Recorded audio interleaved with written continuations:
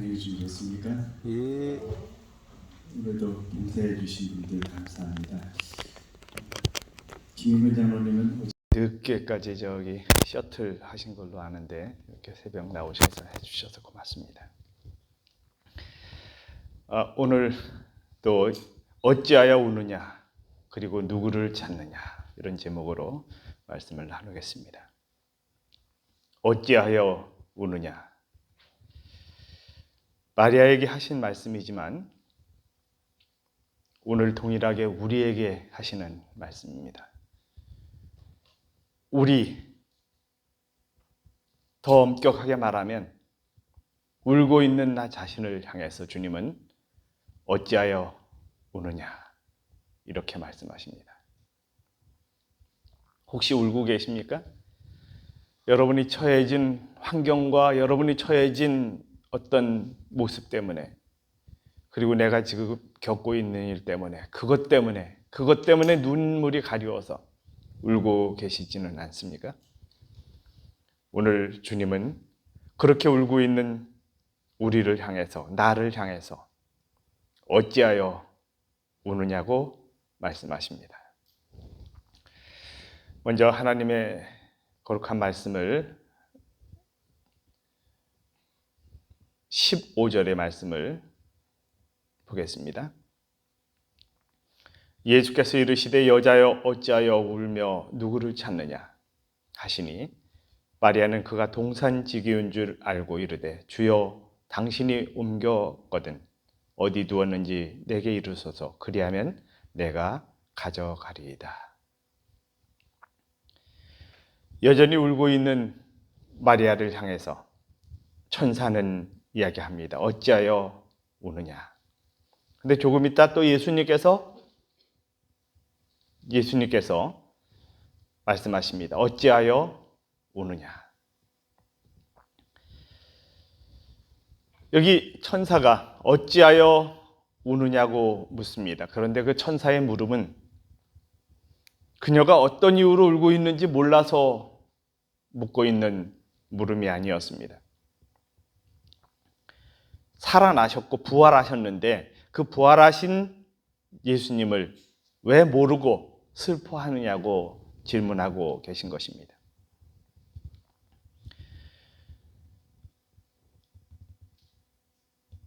사실은 마리아는 예수님을 너무나 사랑한 사람입니다.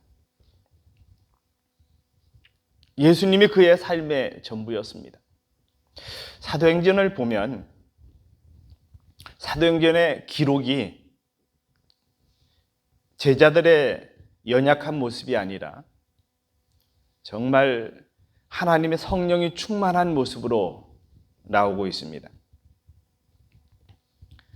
사도행전의 기록은 4,000명씩 그리고 숫자가 더해지고 제자의 수가 심히 많아지는 것으로 그렇게 기록되어지고 있습니다. 그런데 그 이전에 울고 있는 마리아처럼 문을 걸어 잠그고 있는 제자들처럼 예수님을 3번씩이나 부인한 베드로처럼 그렇게 연약한 모습이 기록되어 있습니다. 우리가 어떤 큰 역사를 이루는 현장에 우리가 서 있을 수 있습니다. 그런데 그 이전에 우리도 어떤 사람이었어요? 울고 있는 사람이었고 문을 걸어 잠그고 있는 사람이었고 그리고 뭐 하고 있는 사람입니까? 두려워 떨고 있는 사람이었고 연약한 우리의 모습이 어쩌면 제자들의 모습과 동일하다고 하는 사실을 인식하라고 주신 말씀이라고 생각을 합니다. 그래서 지금 내가 처해 있는 환경에서 울고 있는 내 자신의 모습이라 할지라도 낙담하지 마시기 바랍니다. 오늘 우리는 지금 울고 있는 나의 모습을 변화시켜 주실 주님의 놀라운 역사를 보게 될 것입니다. 지금의 나의 모습이 아니라 이미 달라지고 역사를 이루어서 큰 일을 하게 하실 주님의 역사를 우리는 볼 수 있는 그런 머지않은 장래에 그런 축복을 누리게 해주실 주님을 인해서 찬양하는 귀한 축복을 누리게 되기를 간절히 바랍니다. 우리의 삶에서도 때로는 이중적인 모습을 볼 수가 있습니다. 자녀에 대한 것이나 남편에 대한 신뢰 문제나 우리와 관계된 수많은 사람과의 관계에서 오늘 우리는 어쩌면 내 자신 혼자만 고통당하고 있고 내 자신 혼자만 어려운 길을 걸어가고 있는 것처럼 그렇게 어두운 상황 속에 처해 있는 나 자신을 볼 때가 있습니다. 다른 사람의 모습이 아닌, 마리아의 모습이 아닌, 제자들의 모습이 아닌 그것이 나의 모습이라는 것입니다. 그런데 그렇게 고통스러워서 울고 있는 마리아에게 예수님은 나타나십니다. 그리고 말씀하십니다. 어찌하여 우느냐. 고통하고 절망하고 마음이 아파하고 있는 우리를 향해 외면하지 않으시고 찾아오셔서 말씀하시는 주의 음성이 오늘 여러분과 저에게 들려지기를 간절히 바랍니다. 마리아는 사실 예수님이 눈에 보이지 않아서 울었습니다. 그분의 시신이 있어야 할 자리에 없기 때문에 울었습니다. 그런데 사실은 예수님이 그곳에 안 계신 것이 행운인데도 말입니다. 예수님이 그곳에 안 계신 것이 오히려 큰 축복인데 말입니다. 그런데 울고 있었습니다. 여기 예수님을 알아보지 못한 마리아에게 나타난 세 가지 문제가 있습니다. 첫째는 돌아가셨다는 현실적인 사실에 집착해 있다는 것입니다. 우리도 그럴 때 있습니까? 지금 현실적으로 암에 걸린 내 자신, 현실적으로 어려움을 당하고 있는 내 자신, 현실적으로 아이들이 문제가 있는 지금의 내 현실, 현실적으로 내가 처해 있는 어떤 환경 속에 그 상황에만 집착해 있는 내 자신을 봅니다. 그 너머에 나를 위해 준비된 놀라운 일들이 있는데도 말입니다. 그 너머에 4,000명 수많은 사람들이 회개하고 돌이킬 수 있는 축복된 시간이 있는데도 말입니다.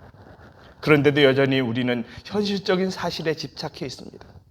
근데 오늘 저는 큰 위안을 받는 것이 현실적으로 집착해 있는 사람들의 모습이 사도행전 전에 기록되었다는 사실입니다. 그들의 모습이 나의 모습이라는 사실입니다. 그래서 오늘 우리는 절망하지 않습니다. 우리도 4,000명, 5,000명 그리고 수많은 사람들의 회개하는 장면에 내 자신이 서게 될 미래가 있다는 사실입니다. 두 번째는 마리아가 예수님을 알아보지 못한 이유는 눈물 때문이었습니다. 우리도 울 때가 많습니다. 울어야 할 때가 많습니다. 우는 것이 오히려 좋은 때도 있습니다. 그러나 울고만 있으면 안 됩니다. 울어야 할 때가 있지만 울고만 있으면 안 된다는 것입니다. 마음을 가다듬고 주님이 주시는 놀라운 축복을 확인할 수 있는 기회를 우리는 가져갈 수 있습니다. 셋째로 문제는 시신을 누가 옮겼다는 생각 때문이었습니다. 그곳에 계시지 않으면 부활하셨다고 생각할 수도 있는데 그런데 뭐 하는 생각에 잡혀 있어요? 누가 시신을 가져갔다. 그것에만 집착해 있는 것입니다. 조금 전에도 말씀드렸지만 마리아의 모습은 오늘 누구의 모습입니까? 우리의 모습입니다. 내가 곧 마리아입니다. 우리도 마리아처럼 지금 우리의 현실만을 보고 있을 수 있습니다. 지금 살아가고 있는 나의 현실이 암담해 보일 수 있다는 것입니다. 좌절에 빠질 수밖에 없는 모습만 보인다고 하는 것입니다. 그럼에도 불구하고 오늘 우리가 돌이켜야 할 것은 내 눈에 보이는 사건만이 아닌 보이지 않는 곳에서 내 곁에 계신 예수님을 확인하는 것입니다. 내 눈앞에 계신 예수님을 눈물이 가려서 보이지 않는 그런 현실 속에 내가 처해 있지만 그러나 오늘 나는 다시금 주님께로 향하는 믿음의 확신을 가지고 바라볼 필요가 있습니다.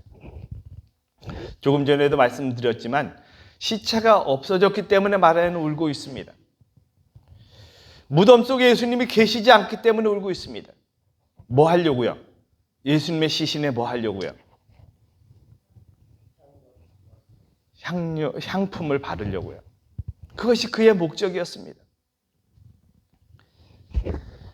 없어야 할, 시신이 없어야 할, 그래서 오히려 그것이 행복이어야 할 그 시간에 그는 울고 있었다는 것입니다.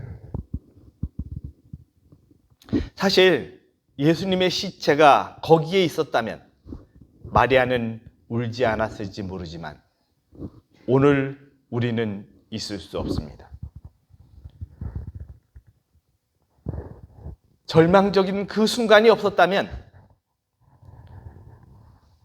내가 오늘 이 자리에 있을 수 없고, 절망적인 그 순간이 없었다면 오늘 우리의 미래에 커다란 놀라운 역사가 있을 수 없을 수도 있습니다. 그래서 지금 절망한 그 순간 꼭 좌절하고 나는 안 된다고 포기할 필요가 없습니다. 때로는 절망했지만 그러나 다시 일어나서라고 하는 것이 오늘 이 말씀의 메시지라고 생각을 합니다. 그래서 어찌하여 우느냐고 말씀하신 그 음성이 여러분에게도 들려지기를 간절히 바라는 것입니다. 얼마 전에 일본에 아오모리 현에 큰 태풍이 몰아닥쳤습니다. 사과를 수확하는 철이기 때문에 농민들은 떨어진 사과 그리고 망가진 농작물 때문에 절망하고 있었습니다. 어쩌면 모든 사람이 다 같이 절망하고 있는 그 순간 한 농민은 떨어지지 않은 사과를 보게 됐습니다. 붙어있는 사과를 보는 것입니다. 여전히 달려있는 사과를 보는 것입니다. 그리고 이것을 어떻게 판매할까를 생각합니다. 그리고는 어떻게 했을까요? 이 사과는 초속 53 하여튼간 그 강풍에도 견뎌낸 사과다. 그리고 수험생들에게 그 사과를 팔기 시작했습니다. 자신의 사과만 파는 것이 아니라 주변에 있는 사람들의 떨어지지 않은 사과도 함께 팔게 됐습니다. 그 결과 이전에 있던 수확물보다 훨씬 커다란 수확을 올리게 됐습니다. 결과를 보게 되었습니다. 뭐 했다면요? 떨어진 사과에 집착해 있더라면 결코 맛보지 못할 행복이었을지도 모르겠습니다. 어쩌면 우리의 모습이 떨어진 사과에 자꾸 집착하고 있습니다. 이미 엎질러진 물에 뭐 하고 있어요? 울고 있다는 것입니다. 시선을 바꾸면, 그리고 생각을 바꾸면 우리는 정말 달라진 성공의 길을 걸어갈 수 있는데도 말입니다.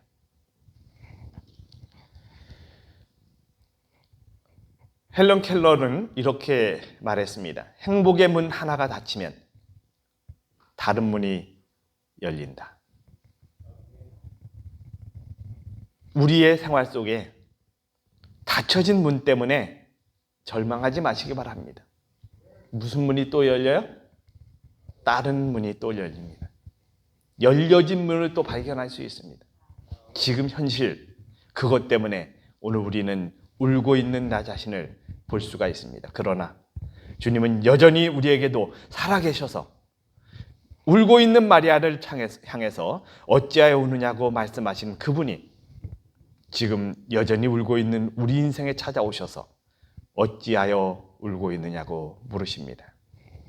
사실 마리아와 그리고 제자들에게 있었던 문제점은 무엇이었냐 하면, 하나님을 정말 사랑한 여인 엘렌 G. 화이트는 그의 저서에서 788쪽에서 이렇게 표현하고 있습니다. 맨 밑에 희망의 태양은 지고 어둠이 저희 마음을 덮었다. 그렇기 때문에 절망한 것입니다. 희망이 사라지고 어둠이 밀려왔기 때문이었습니다. 그런데 무덤으로 달려갔습니다. 무덤으로 달려갔더니 무덤에는 수의가 개켜져 있는 것입니다. 그래서 어제도 말씀드렸지만 요한은 뭘 보고 믿었다고요? 수의가 개켜진 모습을 보고 믿었다고요. 누구의 모습이 거기에 보여요? 예수님의 모습이 보입니다. 예수님의 모습은 보지 못하지만 뭘 믿어요? 예수님을 보고 믿는 것이 아니라 그분이 행하신 모습을 보고 믿는 것입니다. 오늘 우리가 때로는 예수님을 보고 싶어 합니다. 예수님이 내 앞에 나타나 주시기를 기대하는 때가 있습니다. 꿈에서라도 좀 나타났으면 좋겠다라고 생각하시는 분이 있습니다. 그런데 그분이 행하신 일을 보고 믿는 것은 놀라운 축복입니다. 오늘 여전히 주님은 그분이 행하신 일을 우리 곁에 확인할 수 있도록 해주십니다. 여전히 확인하게 하시는 사랑은 여전히 우리에게 나타나고 있다는 것입니다. 그래서 오늘 우리도 확인할 수 있는 축복을 경험할 수 있다는 것을 행복으로 여기면 좋겠습니다. 그 수위를 개 놓으신 분은 구주의 손이었다는 사실을 확인하는 순간 그것을 행복으로 여겼다는 것입니다. 여기 시대의 희망 792쪽에 이렇게 표현하고 있습니다. 구주께서 하나님 앞에서 당신의 교회에게 줄 선물을 받고 계시는 동안 제자들은 그분의 빈 무덤을 생각하고 슬퍼서 울고 있었다. 온 하늘에는 기쁨의 날이었던 그날이 제자들에게는 불안과 혼란과 의혹의 날이었다. 누구도 절망하고 있었다고요? 제자들도 절망하고 있었다고요. 그래서 오늘 지금 절망하고 있는, 절망할 수밖에 없었던 순간에 있는 우리도 뭐 하라고요? 절망하지 말라고요. 다시 일어서라고요. 그렇게 말씀하시는 메시지가 여러분에게 들렸으면 좋겠습니다. 여기 동일한 책에 이렇게 표현하고 있습니다. 여인들의 증거를 불신하는 것은 저희 믿음이 얼마나 위축되어 있는지를 증거하는 것이다. 그리스도께서 부활하셨다는 소식은 저들이 예상하던 것과는 너무나 달랐으므로 그것을 어떻게 하지 못했다고요? 믿지 못했다고요. 뭐 하기 때문에 믿지 못했다고요? 예상하던 것과 달랐기 때문에. 혹시 여러분이 지금 예상하고 있는 것과 다르기 때문에 절망하십니까? 그래서 포기하십니까? 예상하는 것과 달라질 수 있습니다. 그것이 예상하는 것이 주님이 준비하신 전부가 아니라는 것입니다.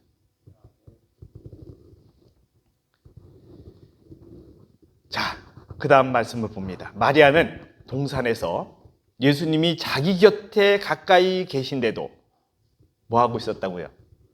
울고 서 있었다고요. 여러분이 울고 계시는 그 순간 누가 옆에 계셨어요? 예수님이 옆에 계십니다. 근데 그 마리아가 예수님을 발견하지 못한 이유가 뭐라고요? 눈물이 가리워서 예수님을 분별하지 못했다고요.